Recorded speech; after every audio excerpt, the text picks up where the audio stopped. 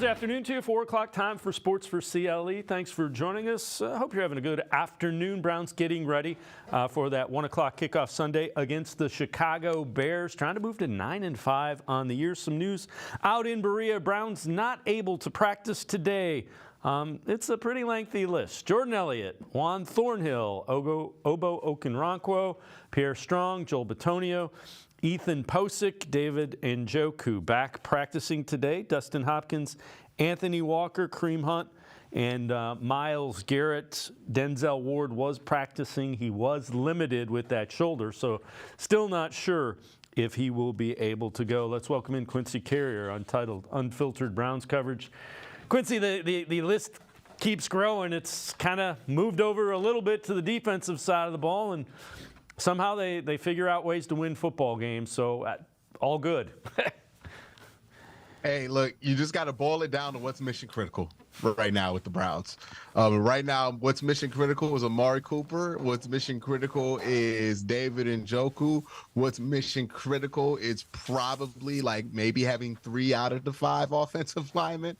And then defensively, it's Myles Garrett, Dalvin Tomlinson, Zadarius Smith, and then those 3 corners. You want to have at least 2 of those 3 corners, right? And if you have those pieces, then everything else is a bit supplementary, and you can fit those pieces in there. You don't have the same margin of error that you used to, but you still have a chance to go out there and win some football games. Yeah, make it ugly and make it ugly and win. That's kind of what they've been trying to do the last couple weeks, and I'm sure that will be the plan moving forward. All right, Jason McCourty, he's 36 years old, former defensive back, played a little bit with the Patriots, some other teams as well.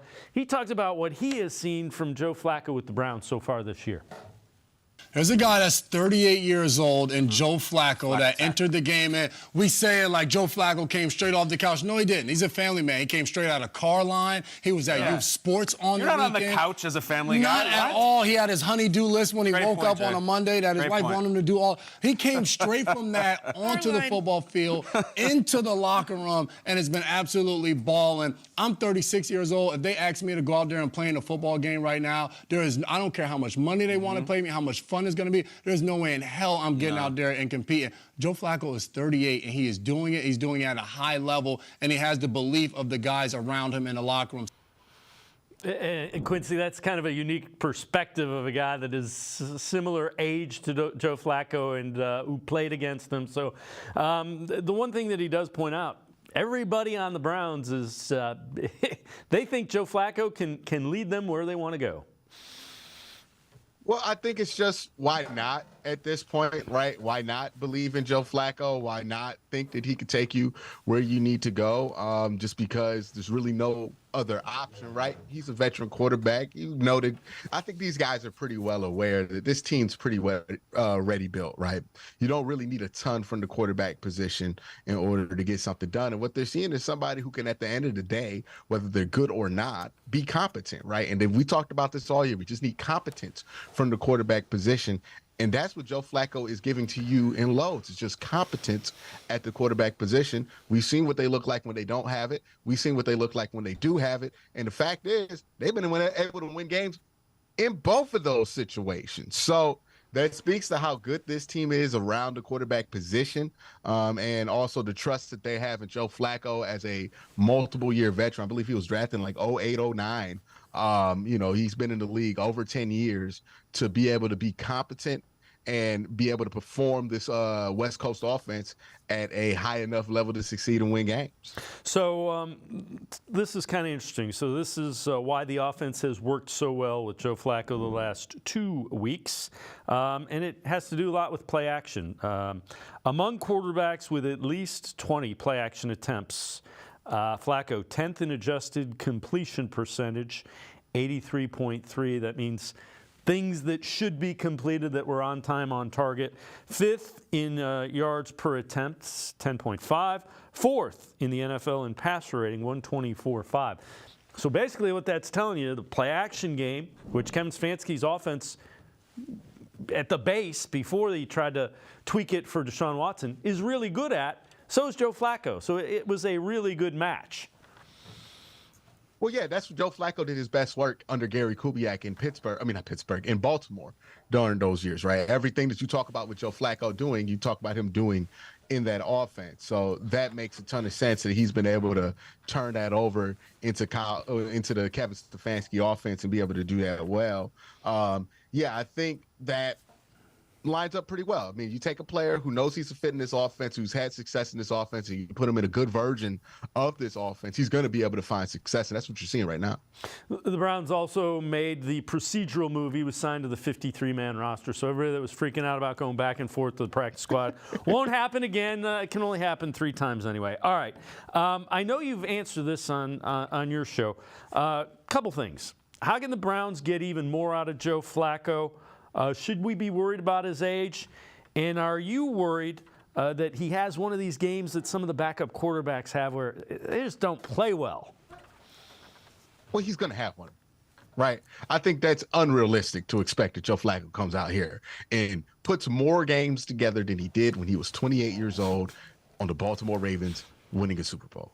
Like, he put 4 games together then. If you think he's about to put 6 plus 2 or something like that together, that's insane. At 38, that's just insane. He's going to have some clunkers in there.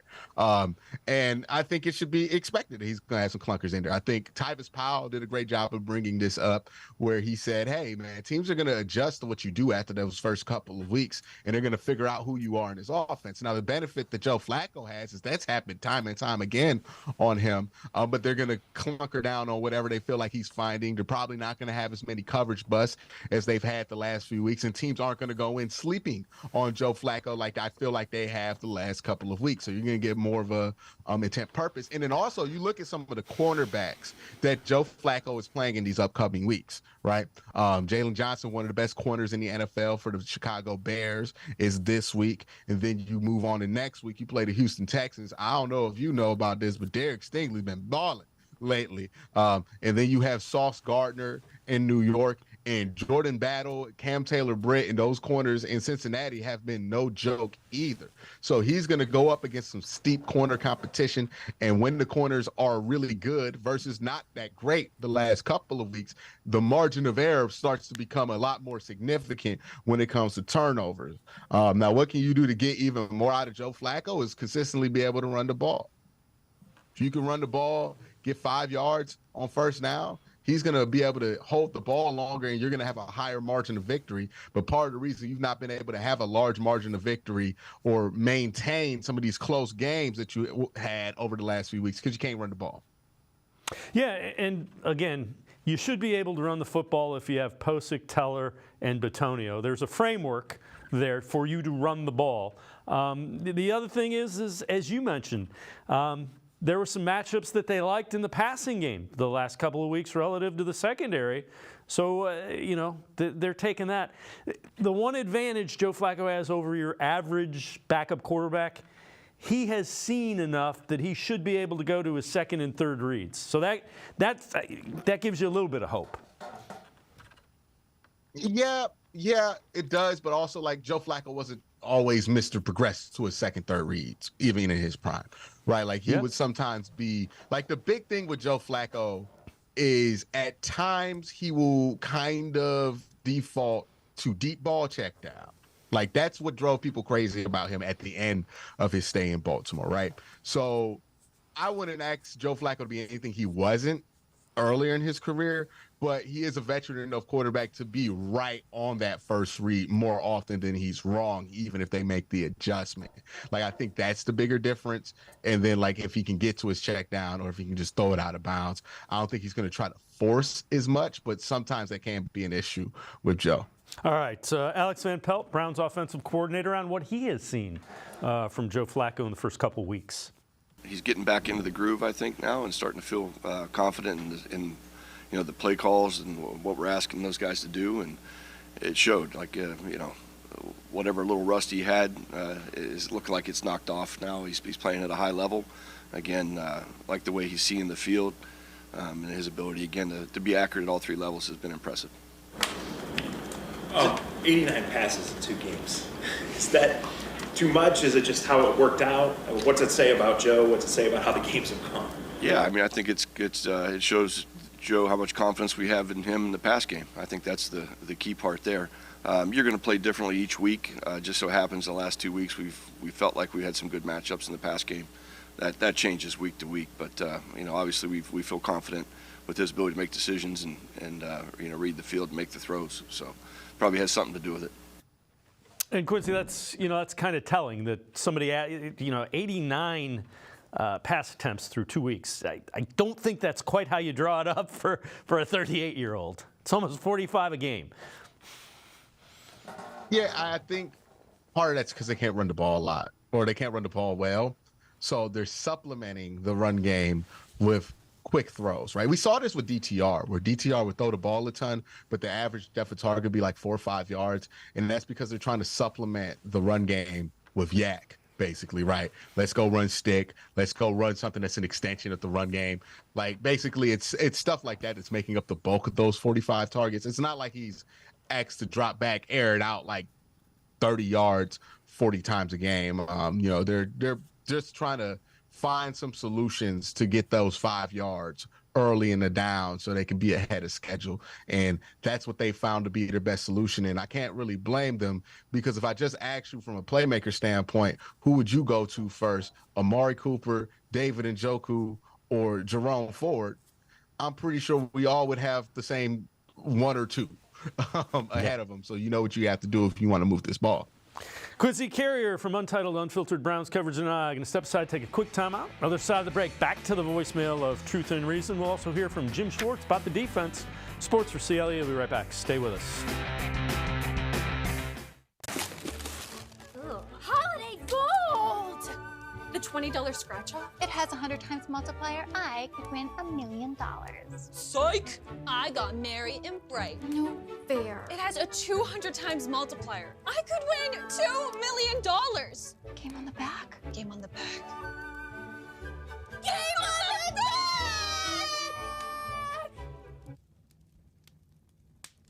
Game on the back! Game on the back! Game on the back! Game.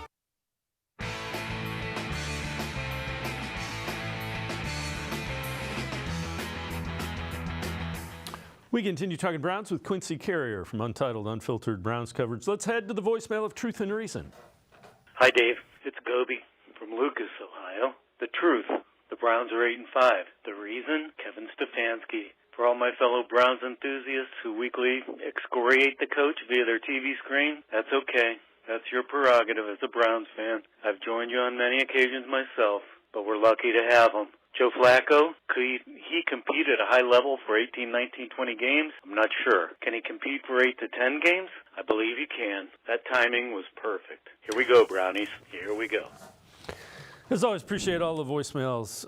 Quincy, I'm not sure how long he can compete for. I like the idea of him competing without getting hit.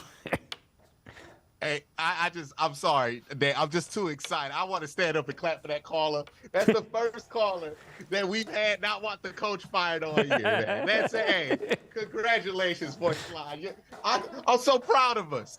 Look how far we've come. I'm so proud of us for finally getting here. It took Kevin wheeling down who knows who to 8-5 to do it. But you know what? We finally out here doing. I appreciate it. Look, me and Dave been fighting this battle for years. We've been fighting this battle for years. And finally, the voicemail is kind of on our side. Now, we'll see what happens. They lose to the Bears. Y'all going to be back on that side. But I'm just going to appreciate this moment that we have right here. I'm sorry about that, Dave. What was the question you wanted to ask? No, we're good. Hey, you know the other thing? Give a thumbs up to Andrew Berry, because this has been a very deep roster as well. And we're about to see it in that secondary because he went out and signed a guy that's played in a couple of Super Bowls to the practice squad a couple weeks ago. Jim Schwartz talked about the injuries. Last couple of weeks, they've started to migrate to the defensive side of the football. Talked about the challenges they present for him in the defense.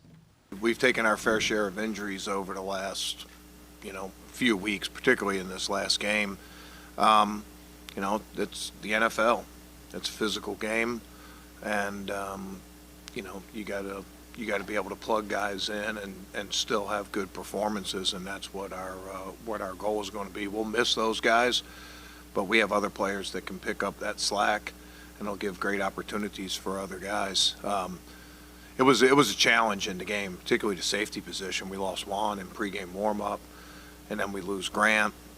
We were out of a lot of our sub packages where we play extra safeties, and Cam Mitchell came in, played really well for us at the nickel, but he left the game. And then lost Jordan Elliott early in the game, and then lost Mo and lost Obo. Obo came back and played. God bless him. He had one arm. I mean, I didn't even realize it as the game was going on. I watched the film and, almost threw up that he was out there. And he's a tough guy. And Quincy, that defense was, it just kept getting beat up, and they found a way. Yeah, man. Basically, Joe Schwartz is telling you, hey, man, I got base.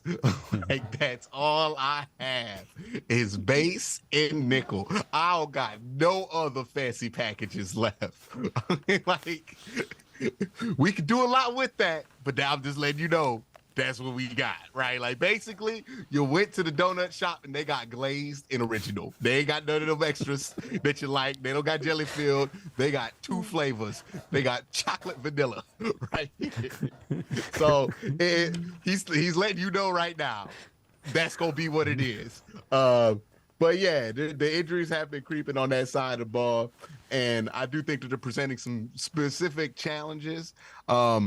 But I also think that, you have the talent there. Like, when you have Miles, when you have those 3 corners in particular, you can get creative of how you use them, and you can mix and match some things here and there to duct tape a couple things to get through the next few weeks. Yeah, and if Ward's able to go, that helps quite a bit. You mentioned Myles Garrett. They had him mic'd up against the Jaguars, so let's listen in. Will you cut these? I know you don't want to.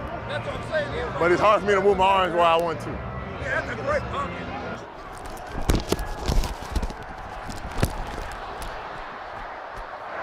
Dude, you're good, dog. Appreciate you, baby. You probably know it's my first game of tackle. Hey, good luck.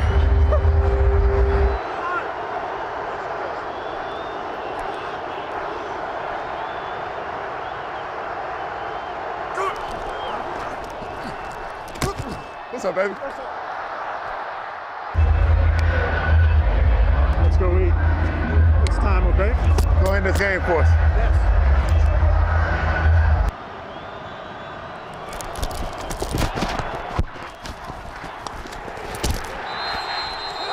Come on! It's tough, boy. Tough. How you doing? You're good as well. Appreciate you, man. Yeah, glad I'm in your division. How was I? First start ever at tackle. You actually look really good, bro. Thanks, dog. You got good sets. Thanks. Good players. Thanks. So, Quincy, Cleveland's asking him how he was at tackle with his first start, and Trevor Lawrence is like, thank goodness I don't have to play you twice a year. Remember when they played the Titans and Andre Dillard was like, yeah, I asked Miles for advice after the game, and he told me some pretty good advice. Like, it's funny because, again, we've watched Miles since day one, and to us, he still feels like Myles Garrett, young star on the rise, because we know there's so much more that he can achieve than what he has in the NFL. But to everybody else, that's the measuring stick, right? Like, that's the stuff you ask like, you know why Cleveland's asking that question? Because he's like, hey, if this guy doesn't think I'm terrible, then I might be able to do this.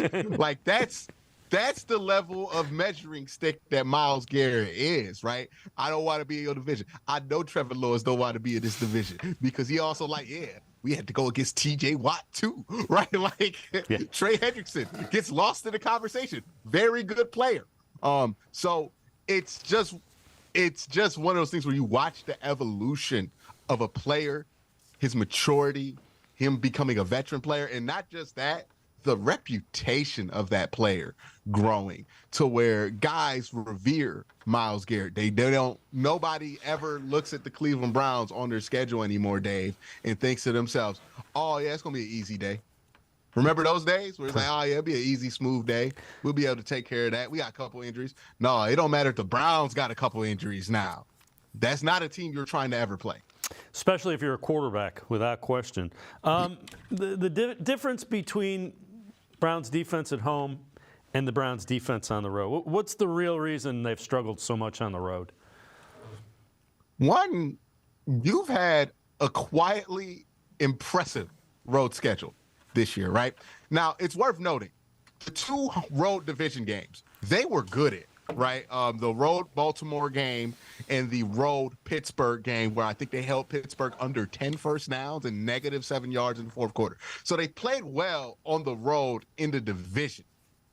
It's been when they've had to travel, and that's the issue that the Browns have. They have had to travel way more miles than almost any other team in the NFL that hasn't had to go to Europe, right? Like outside of those teams that had to go international, the Browns have probably had the most miles traveled. They're coming off a West Coast trip. Also, they're catching teams at the hottest points, and they're probably matching that up with their coldest points of the year. I think it's just been a coincidence more than it's been evidence that they're not performing on the road for some kind of tangible reason.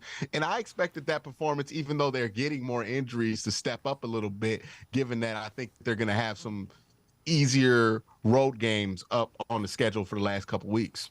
All right, before we go to break, what have you thought about Martin Emerson, Browns cornerback, who has kind of stepped up a little bit with Denzel Ward being banged up for last 3-4 games?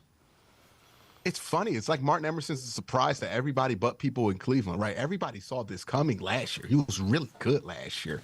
We kept talking about that, like, what are we going to do with all 3 of these good corners? Well, it sounds like if your defensive coordinator is good, we're not worried about what 3 quarters going to play. Like, you see how that figured itself out, Dave? Like, we spent hours on this show talking about how we going to get all 3 on the field. Do we got to trade one of them to make sure it happens? And then you get a good defensive coordinator in, and all of a sudden they can all 3 coexist and play well together, right? And that's what you're seeing. One, he's supported. He's in a good spot. He doesn't have to worry about being everything. And he's a great playmaker and a great catcher of the football. We should try him out at wide receiver, too, if the injuries get any more crazy. But yeah, Martin Emerson's been a pretty good corner. He's been one of the better corners in the AFC, and I think he should get a Pro Bowl bid. Yeah, I would agree. He's kind of the schoolyard bully. He take the ball away from you, he'll steal it, and he likes contact. I'm with you. He has played really well. Quincy Carrier and I are going to step aside, take a quick timeout. We'll head back to the voicemail of Truth and Reason, talk a little bit more about that defense. Sports for CLE. We'll be right back. Stay with us. Come back to go forward. Back to learning new things. Back to pursuing your dreams. Tri-C has flexible learning options to fit your life. And every year, more than 1,000 local companies provide Tri-C students with real-world learning. The right education can boost your lifetime earning power by hundreds of thousands of dollars. Start now with a college education you can afford. Tri-C, where futures begin.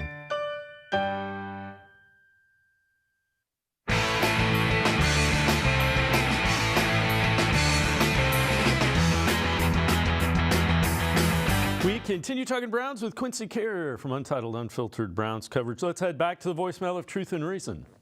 Hey, love the show. So I saw the wrinkle this past weekend. They got Goodwin back. So hopefully him and Joe can make that deep threat connection that we've been waiting on all year. He's our guy. So hopefully, a couple appearances last week, just the defense is forgetting about him. Hopefully they get him this week with the down pass, get him that long bomb, air it out to him. I'm a Flacco fan. Now that he's in a Cleveland uniform, I think we can be formidable. The offense is getting better every week. We're just getting punished with injuries, but we'll figure it out. Go Browns. Hoo, hoo, hoo. And Quincy, Goodwin is a guy that, he's made for Joe Flacco's arm. Let's hope he can stay on the field.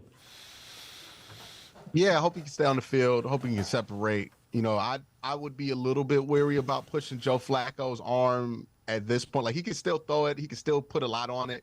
I think he's really good in that intermediate part of the field, and I think that's where he really executed well last week. I don't really know if I want to see him push like 40, 50-yard bombs because he did have a problem driving those things in L.A. Maybe that might have been a first game back situation, but we'll see. They're going to try it, right? Why not? Why not try it? I mean, look, in about a couple of weeks here, you're going to have so many injuries that you're going to resort to them trick plays. Like, that's just going to be what it is. But yeah, I think, why not? More guys you can get away from the line of scrimmage by giving you that deep threat, the more reason to go for it. All right. So injuries to Delpit, Hurst, Okunrankwo. There will be opportunities for some guys that haven't had the opportunity to play. Jim Schwartz talked about what he expects from the guys he'll be putting into the lineup. We have a lot of confidence in the guys that that'll get in there and play for us. Isaiah McGuire has played and made plays for us when he played. Forced an interception. Siaki hasn't played yet, but I have great confidence that he'll play well. He's really it's really just been a numbers game for him. It has nothing to do with his availability and him being ready, because he's ready to play, he's ready to contribute, and that's what this game is: get an opportunity and make the most of it. So excited for those guys. And Quincy, Jim Schwartz isn't a guy that's going to sugarcoat it. So if he says a guy's ready, I'm going to take him at his word. Yeah, we'll see.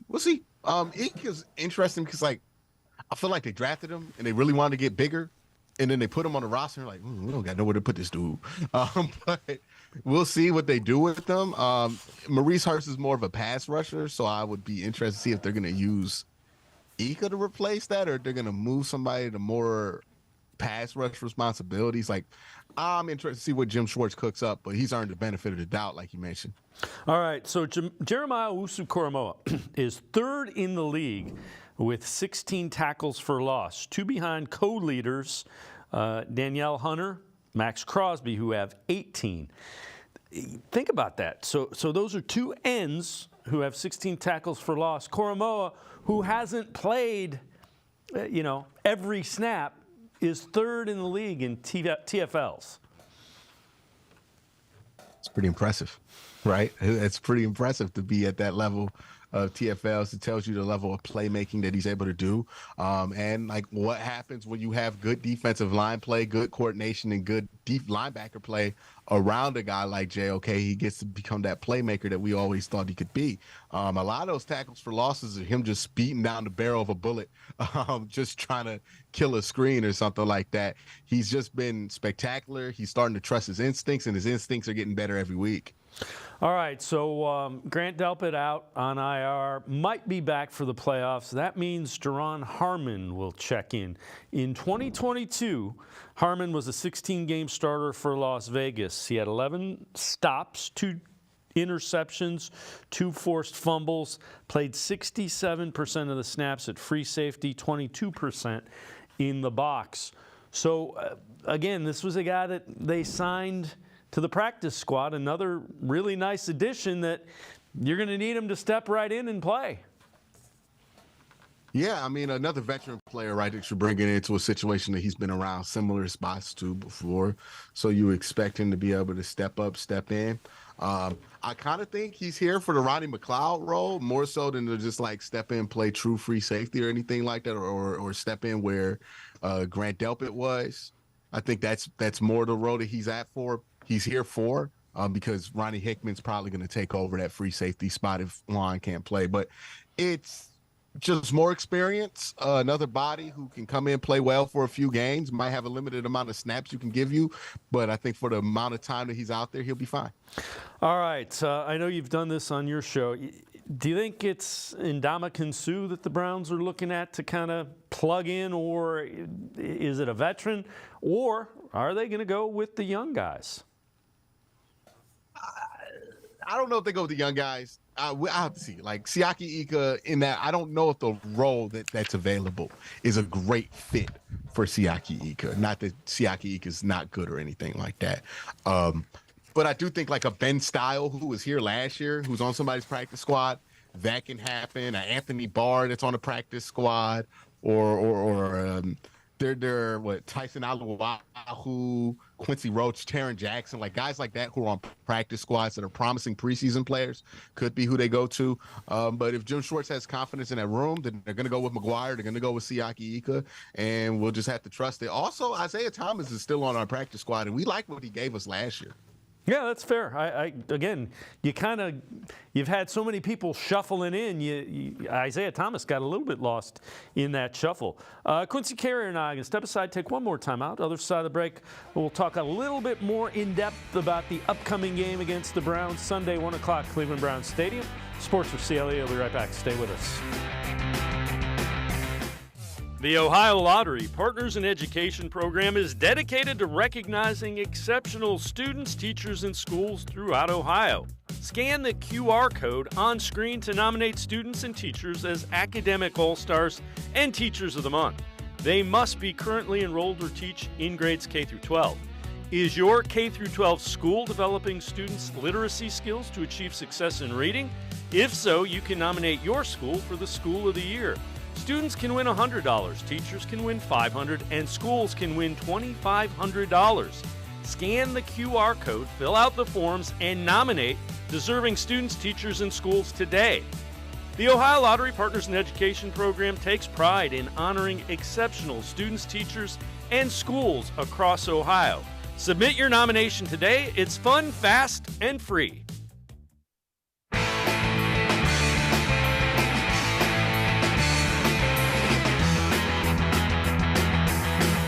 We continue talking Browns with Quincy Carrier from Untitled Unfiltered Browns coverage. Let's head back to the voicemail of Truth and Reason. Hey guys, what an exciting time to be a Browns fan. In my 40 years of living, this is the first time I could say that we actually have a chance at a Super Bowl run, albeit a very small one, but we have a chance. With that defense, anything is possible when we get into the playoffs, and the AFC is wide open. Anybody can beat anybody. Go Browns. As always, appreciate all of the voicemails. Quincy, yeah, there is a small chance. Here's the thing. If they win their final 4 games, and it's a big win, a big if, rather, there's a reasonable chance they end up winning the North and potentially being the number 1 seed because Ravens have 3 tough games left. Hey. Dave, if that happens, Kevin Stefanski can coach the rest of the playoffs with the gold jacket on. I don't care what that man does. Okay? If he wins a Super Bowl in these circumstances, he can coach the rest of his career with the green jacket on like he won the majors. Ain't nobody going to say nothing to him. What you about to say to him, right? Look, it's not the most realistic thing in the world, but they can win out and just see where the chips fall. I mean, look, what this Browns team has done all year is play hard and see where the chips fall. Are they going to win? Are they going to lose? I don't know, but they're not going to take themselves out before a game. And when you play hard, when you have enough talent and you see where the chips fall, a lot of times the chips can fall your way. Who knows in the playoffs? You might get a good draw round 1. You might get a good draw round 2. You might get lucky in a game in the AFC Championship. Crazier things have happened, right? But it's just about playing hard, seeing where the chips fall, taking it week by week, and doing that. And Kevin's really got them on that game plan to take it week by week. And that's one of the things you really got to commend about Kevin is that he's really drilled that into everybody to the point to where whenever you hear somebody talk about what the game plan is, what they tell you, Dave, well, it's a week by week league, right? We're getting those Kevin Stefanski-isms now. Want to go 1-0 this week is what you will hear. We all be saying it now, right? All right. Joe Flacco's 2 starts. Browns have run the ball 51 times, thrown it 89. Joel Bitonio gives us some insight into what's going on with that offense. We're trying to take what the defense is giving to us. You know, we had a stretch there where every team was putting one more big guy than we had on the field, so it was kind of asking us that we had to throw the ball. Denver did that, the Rams did that, and then this week I think if you look at Jacksonville, they're number 1 against the defense, but probably bottom half against the pass. So I think just the game plan and what we wanted to accomplish and how we could attack the defense was kind of more of that. But it's really whatever it takes. If we got to run the ball 50 times, we'll run the ball 50 times. If we pass the ball 50 times, we'll do that too. You know, so whatever it takes. Which do you prefer? Whatever gets us a win. There you go. Just want to go 1-0 this week. It gives you a little bit of hope that maybe the run game hasn't left for good. Yeah, I mean, I just think it's just going to be kind of a hot and cold thing, right? Like, the run game to me is like J.R. Smith. And I know that sounds like a crazy comparison. No shirt? It doesn't have a shirt on? No, like, sometimes J.R. making them shots. Sometimes J.R. not making them shots. Right? Yeah. It don't really matter what else is going on in the game. Sometimes J.R. going to make them shots. Sometimes J.R. won't make the shots the whole game. Come out the fourth quarter, make them shots. Right? Like, the Browns' run game is inconsistent in that way. They might get on the ground against Baltimore, one of the best run defense teams in the NFL, or against Seattle, one of the best run defense teams in the NFL, and start gashing them. They might do that. They might also not be able to run the ball against Arizona. Like, it just is what it is, dog. They're J.R. Smith. Like, either they making them threes or they not. Some weeks they making them, some weeks they not. And that's what the run game is. Hey, every other week, maybe they can get every 5 yards of carry. Sometimes they do, sometimes they don't. It really is random. Like, it's just if things are meshing right for whatever reason, and it's almost impossible to predict. But that's what the Browns' run game has been, in my opinion. All right, take a look at this. This is Browns and Bears offensive comparisons over the last 3 games. So points per game, Bears 22, that's 18th. Browns 21, that's 21st. Yards per game, Bears 329, Browns 328. Yards per play, Bears 4.8, Browns 4.6. Turnovers per game, Bears 1. That's tied for 6th best. Browns 2.3 penalties. Bears 5.7. Browns 7.7. So you get the idea. The Bears offense has been coming together. They've won 3 of their last 4. Browns have struggled a little bit. Having said that, when you look at this, what areas do you think the Browns try to exploit against the Bears coming up? Justin Fields holds the ball on average 3.2 seconds. That's what they're going to exploit. They're going to try to get into that young man's face. They're going to try to pressure him. They're going to try to get a ton of sacks. And if they do that, they will be successful, right? If you give the Bears a ton of time, you give Justin Fields a ton of time, you let him be comfortable, feel like it's Ohio State back there, he can throw it. We've seen it in Columbus, right? He can sling that thing. He like the best of them. But when you start to create that chaos, that's where you start to see the bad Justin Fields decisions be made. And you have the kind of athletes on this defense with JOK to be able to catch up with him if he tries to run and escape through the perimeter. So that's what it's going to come down to. I know I sound like a broken record every week, but it's about pressure. It's always about pressure. But this week more than ever, because you have a quarterback in here who holds the ball about 0.6 of a second longer than the last 3 quarterbacks you've played, where you haven't had that many sacks. Now, the one thing is he does buy time with his legs, and he is athletic, and he's a big, strong kid. So you get to him, you better get him down. What does it look like? The other thing is, and we say this every week, the Bears have had 11 turnovers the last 3 games. The Browns still have the most turnovers in the NFL. So that you got to start there. And they still turn that ball over. Had 3 of them last week. So, they got to figure out a way to get rid of those turnovers. Like every once in a while, Joe Flacco's going to throw you a turnover because he ain't trying to get hit, right? Like that's what that interception was to Cedric Tillman, where he just kind of threw it, hoping that Cedric would be in the spot because he was trying to avoid a hit. That's his play style. It's kind of how he's always played, and that's fine. You'll just live with that with Joe Flacco at this point. But the fumbles, right, that's got to go away. You can't continue to have these fumbles. That's really where the point of emphasis has to be, is stopping the fumbles, because your defense is getting those turnovers now. You just fumbling the ball and turn it over way too much. All right, before I let you go, what does this game look like if the Browns get a win and move to 9-5? How do you get a path to a Browns win? Hey, man, Justin Fields is young, and he holds the ball, right? And it's different with the veteran, right? Because a veteran might be able to know how to move around and maneuver that a little bit better. But if you get a young guy running away, he's not thinking about how he's going to get that ball downfield. He's thinking about, oh, my goodness, is that really Myles Garrett? Like, that's where he's at. That's where both of those guys are in the program. Remember the first time Justin Fields played Myles Garrett? Myles Garrett went to the Pro Bowl off of that one performance alone. So I'm pretty sure that's on Myles' mind. And I know that's on Justin Fields' mind. Okay? So that's where it starts. You want Justin Fields thinking about 9-5 early in this game. You want to get 9-5 isolated. You want him in the middle of the field. And I would even just call fake plays, acting like 9-5, I'll do the whole basketball thing just to scare Justin Fields. Like, just get Justin Fields to remember, hey, remember him? Yeah, that's 9-5. He's on this team, and I think if you can get pressure while having that factor in there, you're going to force Justin Fields into a couple mistakes.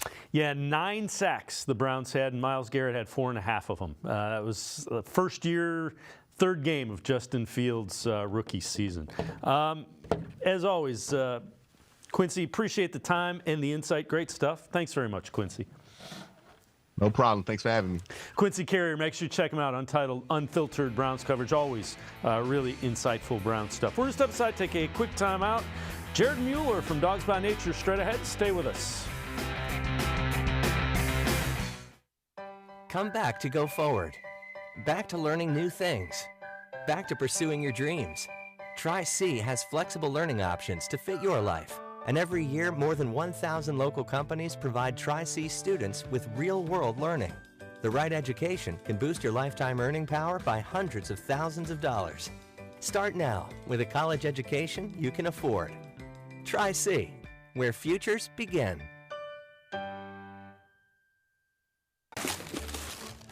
Holiday gold! The $20 scratch-off? It has 100 times multiplier. I could win $1 million.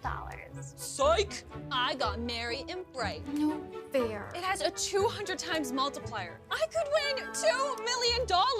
Game on the back. Game on the back. Game on the back!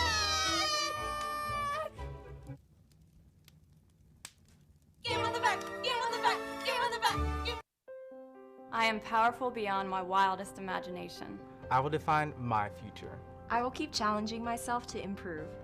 Because I am a future leader of this great nation. I will be responsible for raising a beautiful family. And educating not only my generation, but many more to come. I will make a difference in my community. And I will stand up for what I believe in. I will not settle for simply chasing my dreams, I will achieve them. Because I was given a chance. An opportunity. A home. At Family, Career, and Community Leaders of America. The ultimate leadership experience. FCCLA has been one of the greatest experiences of my life. It's made me who I am today. Join us. We'll build a new future together.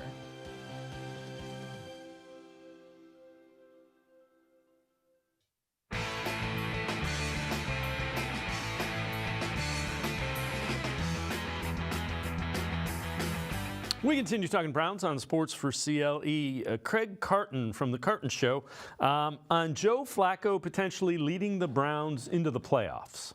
Football's better when the Cleveland Browns have a chance. I just always felt that way. And now you're 8-5, and it's like, oh my God, no Deshaun Watson, big deal. Oh my God, our other backup, PJ, big deal. Oh, DTR. They got a dude literally who is sitting at home playing, video games with his kids to get off the couch, like you said, and he's going to lead them into the postseason. Like, don't mess this up. The Cleveland Browns are going to the playoffs with Joe Flacco as their quarterback. Now, schedule favors them again. I know the Bears are coming off a win and an upset against the Detroit Lions, but you've got the Bears. The Texans are all banged up now. No wide receivers are healthy. And, of course, you got C.J. Stroud with the concussion protocol. The New York Jets, I'd love to tell you that's not winnable, but of course it is. And the Cincinnati Bengals also have a backup quarterback. The Cleveland Browns could run the table. 100%. Ridiculous. Yeah. Could you imagine a 12-5 Browns team led by Joe Flacco? A 12-5 Browns team that can only be the 5 seed because they're not going to catch Baltimore. But that would spell some trouble. Yeah, but this is why you got to applaud the Cleveland Browns and you got to applaud Joe Flacco because he stopped the boat from sinking, right? There was a time where P.J. Walker went out there, you're like, oh, that can't be it. Let's welcome in Jared Mueller from Dawgs by Nature. And Jared, when you look at it, if the Browns do go 12-5, there's a 50-50 chance they're going to catch the Ravens. Yeah, I mean, the Ravens' schedule just makes it really, really difficult for them, going down the stretch. And the Browns' schedule does set up pretty nicely. The Bears are coming off 2 straight wins. CJ Stroud hasn't practiced this week. The average concussion is about 9 days, and that's average. So if he ends up at 10, 11 days without, not being able to practice, you might be facing Davis Mills. There's a reason they went up and got, CJ Stroud last year.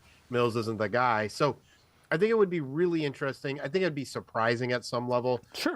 Jets Bengals end the season. But in the end, it says so much about the team and Joe Flacco's ability to just throw the ball. I think his confidence can be his weakness every once in a while. We get that Joe Flacco ball that just shouldn't have thrown that, but it allows him to just throw balls where receivers aren't out of their break yet, and he's throwing the ball where they're supposed to be.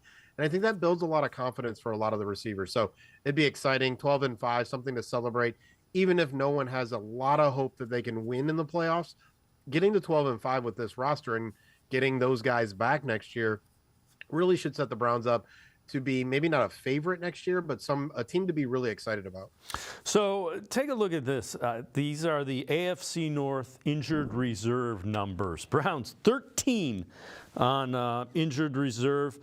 Ravens and Bengals combined have 13, and the Steelers have 8. We'll take it even a step further.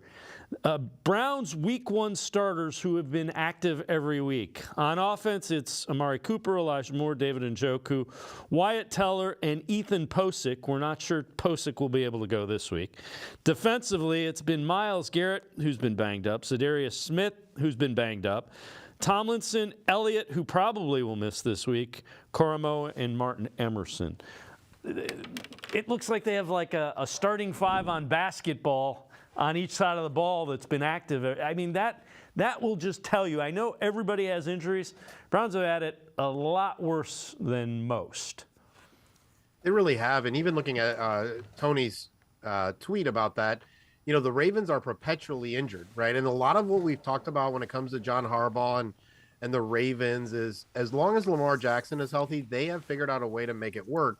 Well, you got to give that same credit to Kevin Stefanski, Jim Schwartz, Bubba Ventrone, being able to pull things together, being able to create this confidence in the next man up. The reality is there's very few of us, and I love the NFL draft, who knew who Garen Christian was. The name sounded familiar kind of thing. And he is the starting left tackle for a team that should make the playoffs, right? And then you go to Jack Duffin's tweets about starters. And then if we have an article that'll be coming out tomorrow, just looking at the 53-man roster and who is still on the roster from last year, and the fact that they even moved on from Donovan Peoples-Jones, their number 2 wide receiver, and to still be 8-5, right? I remember some tweets earlier this week. Miami lost their starting center, and it was acted as if, oh my goodness, they lost. That's such a huge blow. And Browns fans, we had 4 more of those this week, I think, maybe 5. At this point, the number is just overwhelming. So I think it's so sad to see, while it's also really exciting. I think it has allowed some proof in the pudding kind of thing, because the talent isn't there, but the wins are still piling up. Yeah, and the starting center versus you lost your first 3 tackles. So you're on your 4th and 5th tackles, and so the left tackle wasn't on the roster and wasn't anywhere near the roster, probably wasn't even in the thought process until you went down 2 tackles. So given all that, somehow the Browns are 8-5.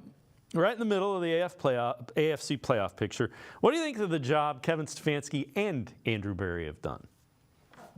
I think you have to laud it, right? It's not only like not every win is the same, right?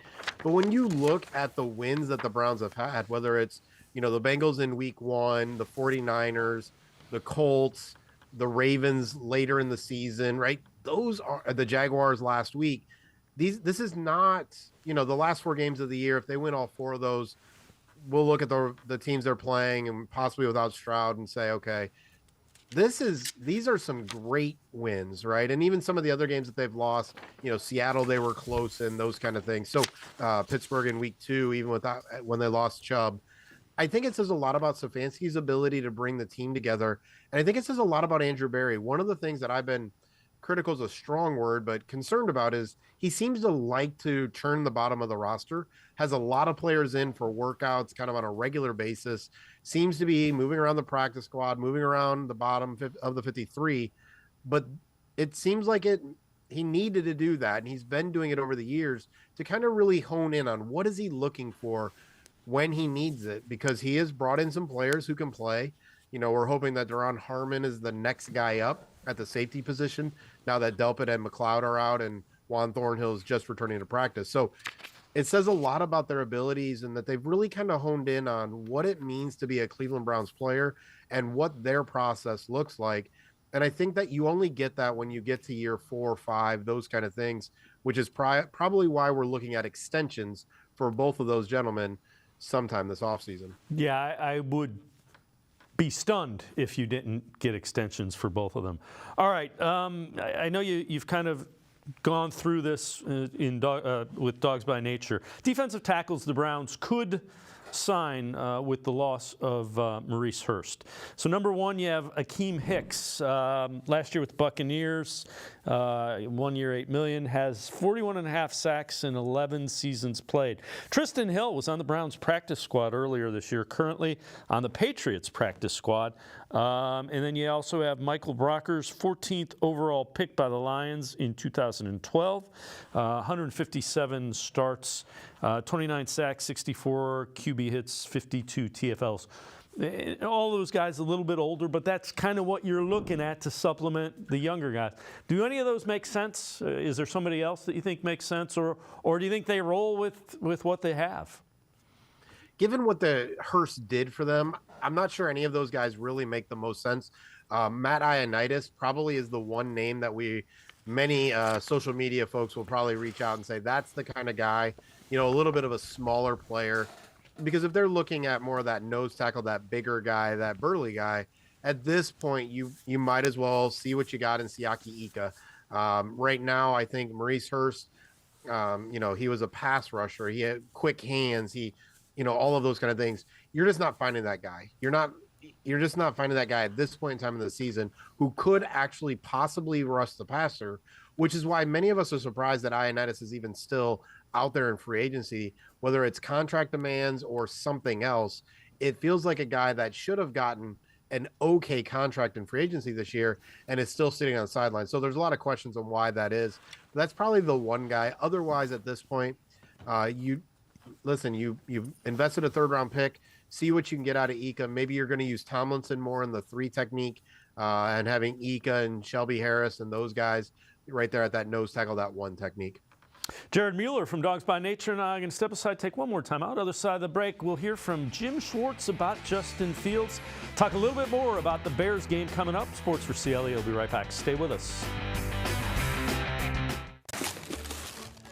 Holiday gold! The $20 scratch-off? It has 100 times multiplier. I could win $1 million.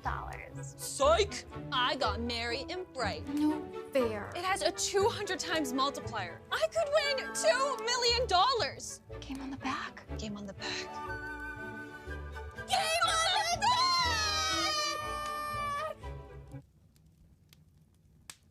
Game on the back! Game on the back! Game on the back!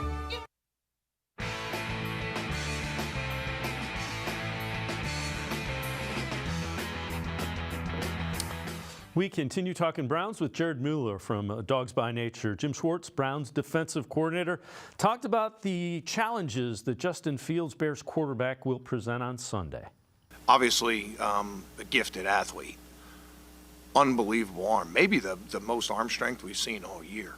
I mean, just an absolute cannon for an arm, and he can throw those individual routes on the outside part of the field. And he does have strength and speed to be able to run. They're highly ranked as a run offense, but he's dangerous in the passing game. Just because of his mobility and be able to find guys, later down the field and stuff like that. We have certain schemes that we run against scrambling quarterbacks, and we've used those at different times over the course of the year. We'll probably break some of those out in this game also. just because his legs present such a challenge to the defense. It's not just about getting them covered through the timing of the pass. It's getting them covered on extended plays. And, he's near the top of the league as far as, time to throw. And it's not necessarily protection, it's time to throw. It's him buying time with his legs. Yeah, and Jared, so he holds the ball an average of 3.3 seconds, and it isn't because he's sitting in the pocket. Mobile quarterbacks have created some problems for this defense this year, which has been really good. How big of a concern is Fields? Fields is only going to be as big of a concern as the Browns defense lets him be, and I think Jim Schwartz kind of mentioned it. They have schemes that they can work on this, right? So they can send JOK on a blitz from the left, Myles Garrett, coming from the right. But then it's really about are you dropping Zadarius Smith? Are you bringing down a safety? And can you keep contained, right? I think one of the hardest things with running quarterbacks is the man coverage. Browns fans love man coverage, love the idea of press man. Part of that is Martin Emerson, Denzel Ward, Greg Newsome are better in that style. But the problem with that in man coverage is your cornerbacks, your linebackers turn their back to the quarterback. And so when you have a running quarterback and all of a sudden he breaks out, well, nobody really knows what's going on, right? This one safety might and the defensive line might. And so I think what's going to be interesting is, can they confuse Justin Fields enough in some zones that they can not only confuse him, but also kind of contain him? But can Jim Schwartz be disciplined enough to not run his 70% man, 65% man, and get a little closer to that 50-50 or even a little bit more zone than man coverage and trust Myles, Zadarius, maybe JOK, Dalvin Tomlinson up the middle. Just trust that extra rusher every once in a while and really allow them to play at the speed, but let everybody else kind of play that contain, especially if Denzel Ward is back and DJ Moore. He's been limited so far this week, didn't practice on Wednesday. I actually haven't seen the practice report for today yet, but we'll see how he is doing. If Ward is back and Moore is limited, it really can allow them to play a little bit more zone, protect them from really big long runs from Justin Fields, because everybody can kind of keep an eye on him.